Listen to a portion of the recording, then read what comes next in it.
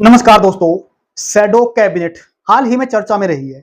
हम इसके बारे में कुछ पढ़ेंगे कि ये जो शैडो कैबिनेट है ये कहाँ का कंसेप्ट है, क्या हम इसको फॉलो करते हैं, हमारी गवर्नमेंट के द्वारा इसको फॉलो किया जाता है नहीं किया जाता, ऐसी कौन सी गवर्नमेंट है, मतलब कौन से देश है जिसको इसको फॉलो करते हैं, इन चीजों के बारे में स्ट्रक्चर क्या रहता है, फंक्शन क्या रहता है, एडवांटेज डिसएडवांटेज क्या बनेंगे इसके, उसके बाद पर्पज क्या होता है इसका बनाने का, इन चीजों के बारे में हम डिस्कस करते हैं। देखो, कैबिनेट वर्ड हमारा संविधान के अंदर किस आर्टिकल के अंदर है ये बताओ आप कमेंट बॉक्स में।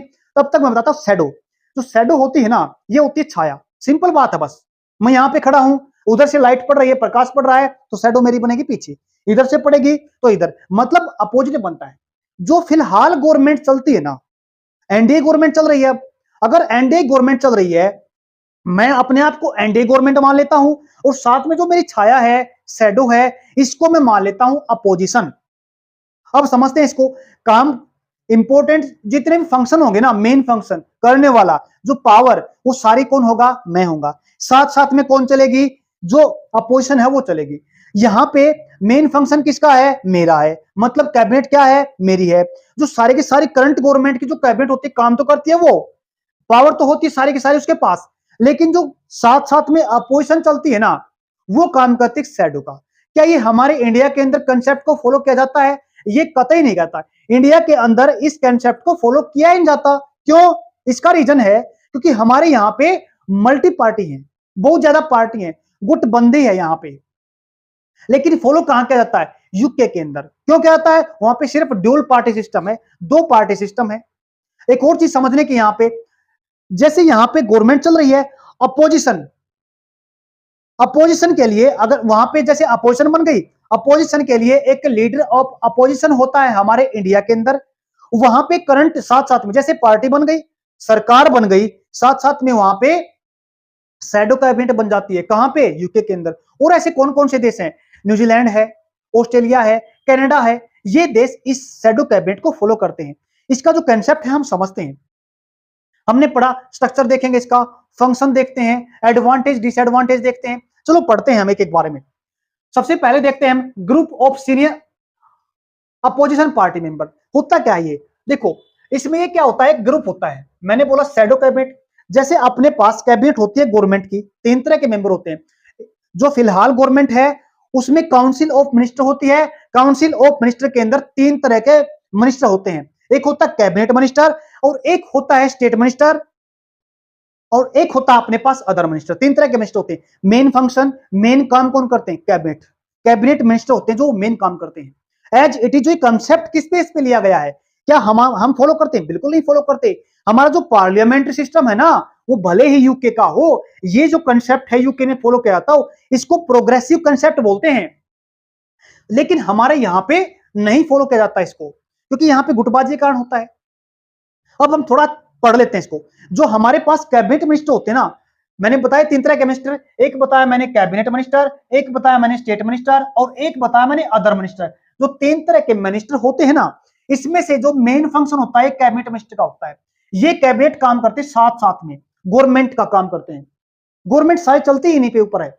देखो, उसके बाद ये इसकी हेल्प करते हैं, बस इनका इतना फंक्शन होता है। ये साथ साथ में स्टेट मिनिस्टर होते हैं और अदर मिनिस्टर होते हैं, ये इसकी सिर्फ हेल्प करते हैं। बट शैडो के साथ क्यों जोड़ा जाता है? जैसे अपनी अब फिलहाल जो गवर्नमेंट बन गई, ये अपनी बन गई एनडीए गवर्नमेंट। क्या बन गई? एनडीए गवर्नमेंट बन गई।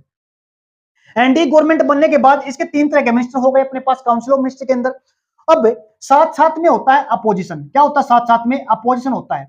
पिछले अपने दो सेशन चले गए, दो सेशन का मतलब दो गवर्नमेंट चली गई, 13 से लेके 14 से लेके 19 तक है, और 19 से लेके 24 तक दो बार गवर्नमेंट बनी। लेकिन इसमें अपोजिशन की भूमिका कम थी। क्यों? क्योंकि अपने इंडिया के अंदर अपोजिशन में बैठने के लिए, लीडर ऑफ अपोजिशन बनने के लिए मिनिमम नंबर की जो जरूरत होती है ना, वो कितना होता है? वो होता है 10%।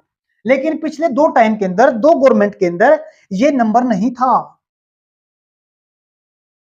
तो इसलिए लीडर ऑफ अपोजिशन भी नहीं था। लेकिन अब ये बात क्यों आ गई? अब जो लोकसभा बनी है अपनी, लोकसभा का जो इलेक्शन हुआ है, यानी 18वीं जो लोकसभा आई है अपनी, इसके अंदर अपोजिशन की भूमिका इंपॉर्टेंट हो गई, क्योंकि अपोजिशन के पास ये संख्या हो गई। क्या हो गई? अपोजिशन के पास है ये 10% संख्या हो गई। इसलिए डिस्कस कर रहे हैं अब की बार इस कंसेप्ट को फॉलो करने के लिए किसको, शैडो कैबिनेट को। अब देखो थोड़ा समझ लेते हैं शैडो कैबिनेट। जैसे मिनिस्टर बना दिया, फाइनेंस मिनिस्टर हो गई, उसके बाद अपने पास डिफेंस मिनिस्टर हो गया, फॉरेन मिनिस्टर हो गया, ये मिनिस्टर हो गए। इसके साथ साथ में अपोजिशन भी अपना क्या बनाती है, मिनिस्टर बनाती है। अपोजिशन के भी क्या बनते हैं, मिनिस्टर बनते हैं। यूके के अंदर कंसेप्ट फॉलो होता है ये।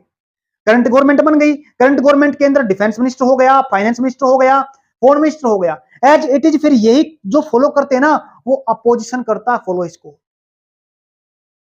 पढ़ लेते हैं इनके बारे में। देखो ग्रुप ऑफ ये क्या होते हैं, सीनियर अपोजिशन पार्टी के मेंबर होते हैं। क्या बोलेंगे, ये याद रखना, group of senior opposition party के मेंबर होते हैं। किसके अंदर है, इस अपोजिशन के अंदर। अब अपने पास क्या है, जो लीडर ऑफ अपोजिशन है ना, उसके पास 10 संख्या है, मतलब 10% संख्या टोटल का, जो लोकसभा की टोटल सीटें हैं उनका 10% संख्या होना जरूरी है, तभी अपने यहां पे एक लीडर ऑफ अपोजिशन बनाया जाएगा।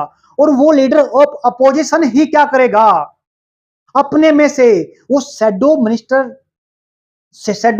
कैबिनेट मिनिस्टर सेलेक्ट करेगा। देखो क्या पढ़ा हमने, जो group of senior opposition party member होते हैं ये, और इसके बाद स्ट्रक्चर क्या होता है, इसमें लीडर ऑफ अपोजिशन होता है।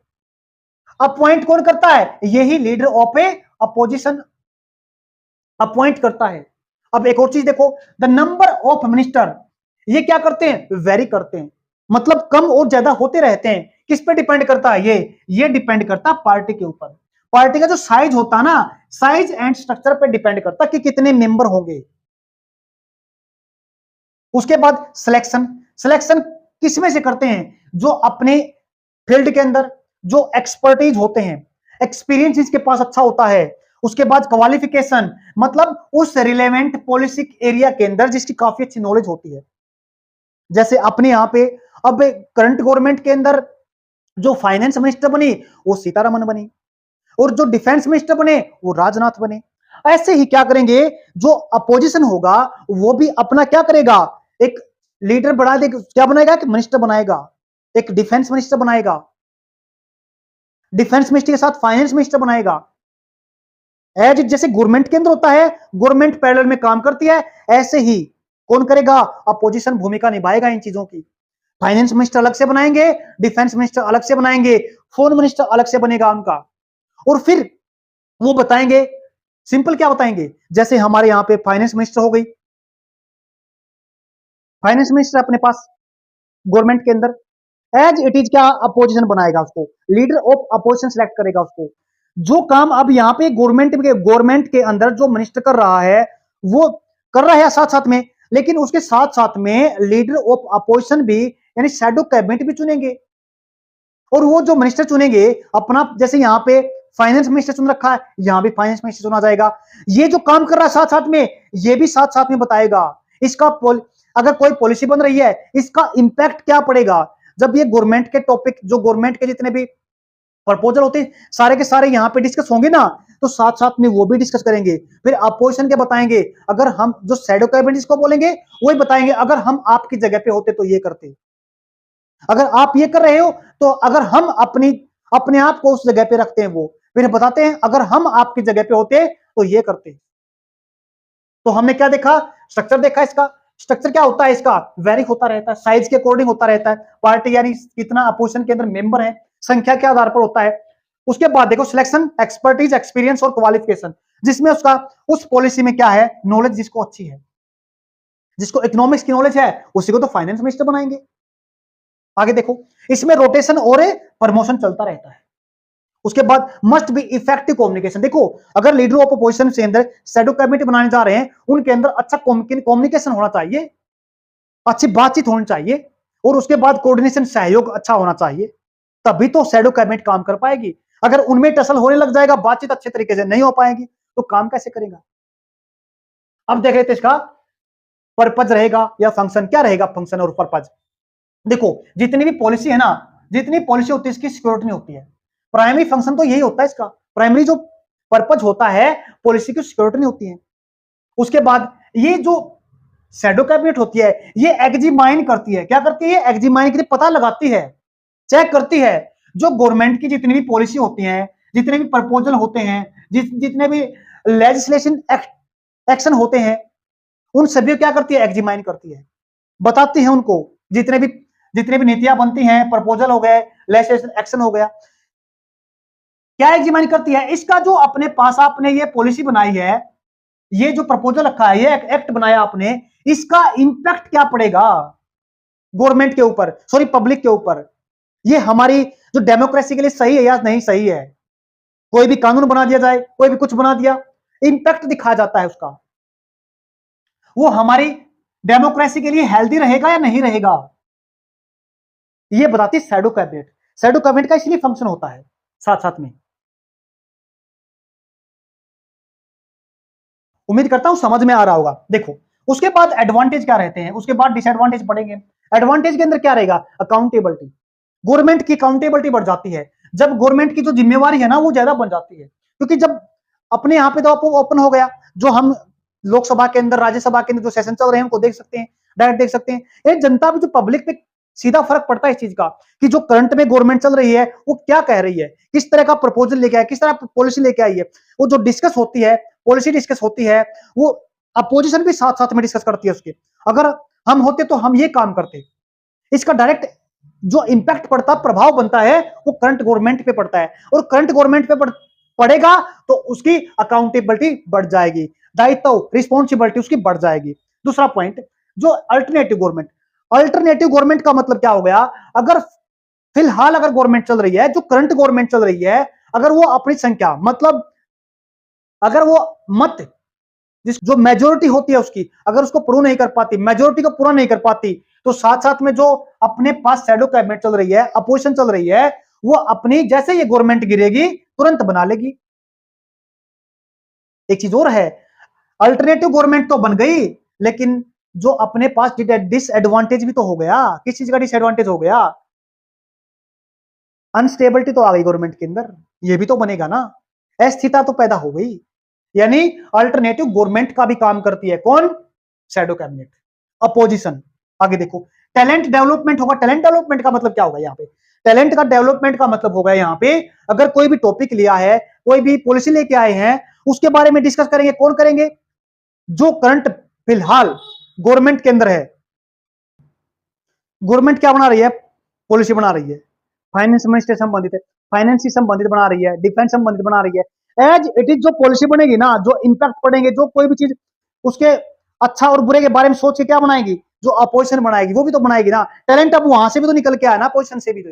गवर्नमेंट तो अपना काम कर रही है, लेकिन अपोजिशन से भी तो हमारे पास एक्सपर्टीज बने ना, उनको अभी तक एक्सपीरियंस हो जाएगा ना, वहां से भी टैलेंट निकल के आएगा ना अपने पास से, कि क्या हो सकता है।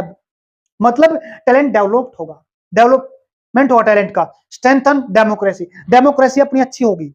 इसमें डेमोक्रेसी का क्या फर्क पड़ेगा, देखो, क्योंकि कोई भी जब पॉलिसी बनेगी ना, पॉलिसी बनते ही वो उसमें अच्छे और बुरे सारी चीजें डिस्कस हो जाएंगी, उसके अंदर क्या सही रहेगा, उसमें क्या गलत रहेगा, सारा का सारा तो अपोजिशन डिस्कस कर लेगा ना। फिर क्या आगे, डेमोक्रेसी के लिए अच्छा रहेगा, वो जनता के लिए अच्छा रहेगा। उसके बाद कंटिन्यूटी रहेगी किसके अंदर, गवर्नेंस के अंदर। कंटिन्यूटी का मतलब, अगर गवर्नमेंट पड़ी, अगर गवर्नमेंट अगर अपना बहुमत नहीं प्रूव कर पाई तो गवर्नमेंट तो खत्म हो गई। उसके बाद साथ साथ में क्या हो गया, अल्टरनेट गवर्नमेंट आ गई ना। मतलब जो दूसरी गवर्नमेंट थी, शैडो कैबिनेट थी, यानी जो अपोजिशन थी, वो अपनी क्या बना लेगी, गवर्नमेंट बना लेगी। उसके बाद कंस्ट्रक्टिव क्रिटिसिज्म, जो क्रिटिसिज्म होगा ना, आलोचना अच्छी हो पाएगी, क्योंकि उनको भी मौका मिलेगा बोलने का, साथ साथ में अपोजिशन भी बोलेगी। तो क्या कह सकते हैं, कंस्ट्रक्टिव क्रिटिसिज्म होगा। उसके बाद अगर बात करते हैं डिसएडवांटेज की, डिसएडवांटेज में क्या होगा, लिमिटेड डिसीजन पावर होती है। इसका मतलब क्या हो गया, उनके पास जो अपोजिशन होती है ना, लीडर ऑफ अपोजिशन होता है, उसके पास उतनी पावर नहीं होती। कितनी पावर नहीं होती, कोई भी कानून बनाए, कानून तो कहीं से बनेगा, गवर्नमेंट से बनेगा, जो फिलहाल गवर्नमेंट है, कानून तो वही बनाएगी ना। तो अपोजिशन क्या कर सकती है, इसको डिस्कस कर सकती है। जो सारी की सारी पावर होती है किसमें होती है, वो गवर्नमेंट के पास होती है, न कि अपोजिशन के पास। इसलिए उनके पास है ना लिमिटेड पावर होती है, वो डिसीजन नहीं ले पाएंगे। Lack of executive experience, executive देखो अपने पास तीन, यहाँ पे जो अपनी गवर्नमेंट है इंडिया की, इसमें तीन पिलर बना बोले गए हैं। एक तो अपने पास है लेजिस्लेटिव, एक होता है अपने पास जुडिशियरी, और एक होता है अपने पास एग्जीक्यूटिव। तीन तीन पार्ट होते हैं अपने इसके अंदर। एक इसमें एग्जीक्यूटिव का मतलब क्या होता है, देखो लेजिस्लेटिव बनाती है अपने पास जितने भी कानून होते हैं ना, क्या बनाएगी, कानून बनाएगी लेजिस्लेटिव। उसके बाद एक होता है अपने पास जुडिशरी, जुडिशरी किससे, न्याय संबंधित जितने भी क्या है, न्याय से संबंधित जुडिशरी, उसमें चेक एंड बैलेंस का काम करती है। लेजिस्लेटिव तो कानून बना देती है, चेक एंड बैलेंस का काम करती है कौन, जुडिशरी करती है। लेकिन उनको इंप्लीमेंट कौन करता है, इंप्लीमेंट करता है एग्जीक्यूटिव, कार्यपालिका उसको एग्जीक्यूटिव करती है, एग्जीक्यूट करती है उसको, इंप्लीमेंट करने का काम किसका होता है, एग्जीक्यूटिव का होता है। तो इसमें क्या होगा, लैक ऑफ एग्जीक्यूटिव एक्सपीरियंस, यानी जो कानून को लागू करवाने की जो कमी होगी ना, एक्सपीरियंस नहीं बन पाएगा उसके अंदर, वो एक्सपीरियंस नहीं हो पाएगा उनके अंदर। लिमिटेड रिसोर्सेज एंड स्टाफ, उनके पास क्या है, लिमिटेड रिसोर्सेज होते हैं, किसके पास से, जो शैडो कैबिनेट होते हैं ना, उनके पास जो रिसोर्सेज होते हैं ना वो कम होते हैं। जैसे अपने पास करंट में क्या है, एनडीए जो गवर्नमेंट है अभी, सीबीआई, ईडी, सारी की सारी जो पावर होती है, रिसोर्सेज किसके पास है, गवर्नमेंट के पास है ना, शैडो कैबिनेट के पास तो है ही नहीं। और उसके बाद स्टाफ, स्टाफ की भी क्या होती है इसके अंदर, कमी ही होती है। सारा स्टाफ किसमें होता है, जो करंट गवर्नमेंट है उसके पास स्टाफ होता है, लेकिन इनके पास स्टाफ नहीं होता। इनके पास जो लीडर ऑफ अपोजिशन होता है, जो अपने पास जो गवर्नमेंट बनेगी ना, शैडो कैबिनेट बनेगी जिसके, इसके अंदर क्या है, स्टाफ की कमी होती है। लिमिटेड मीडिया कवरेज होता है, जो मीडिया कवरेज सारा का सारा किसके पास है, अभी सारा का सारा तो गवर्नमेंट के पास होता है। कंट्रोल किसका होता है, गवर्नमेंट का तो ही होता है उसके पास। अभी जो हाल में चल रहा है, उस टाइम पहले चला, इलेक्शन के टाइम चला, वो क्या दिखाता है हमारे को, जो मीडिया कवरेज है सारा का सारा किसके पास होता है, करंट गवर्नमेंट के पास होता है। उसके बाद इंटरनल डिवीजन, जो ये अपने पास लीडर ऑफ अपोजिशन होती है ना, शैडो कैबिनेट होती है, इसमें इंटरनल डिवीजन होता है, विचारों को लेके, किसी बात को लेके बनता ही रहता है, पावर स्ट्रगल भी रहता है, कोई कहता है मेरे को पावर मिल चाहिए, कोई कहता है मेरे को पावर मिलनी चाहिए, मतलब ये स्ट्रगल चलता ही रहता है इसके अंदर। उम्मीद करता हूं समझ में आ गया होगा। आज का जो कंसेप्ट था, जो ये हमने ले रखा है, जो कंसेप्ट ले रखा है, ये यूके से ले रखा है, ये यूके का कंसेप्ट फॉलो करते हैं, बट हमारे पास है नहीं, बस वैसे डिस्कस किया गया है। सोच रहे हैं इसको लेके आने के लिए, क्योंकि प्रोग्रेसिव थॉट है, ये हो सकता है हमारे यहाँ पे आ सकती है, इसलिए करंट का पार्ट बना हुआ है। उम्मीद करता हूं टॉपिक समझ में आया, फिर भी कोई बात समझ में ना आई हो, कमेंट बॉक्स में कमेंट कर देना, पूछ लेना। आज के लिए इतना ही, धन्यवाद।